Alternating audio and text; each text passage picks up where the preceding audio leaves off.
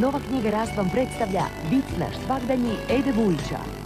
I onda ovak dva prijatelja razgovaraju, veli, čuj, Jura, buš mi došel na vjenčanje. Veli, more samo kad, veli, v sredu.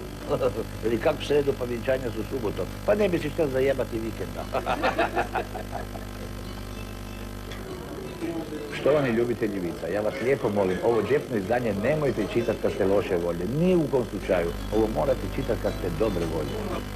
Tak čovjek dojde u objektivu i dođe kod konobara i čujte, dajte mi jednoga kratkoga brzo.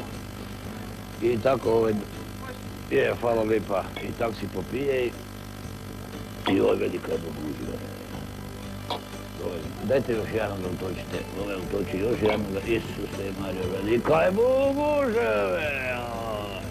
Konobar ga gleda, veli, kakve guže, kaj ti, nemam love zaplatiti. Nova knjiga Rast.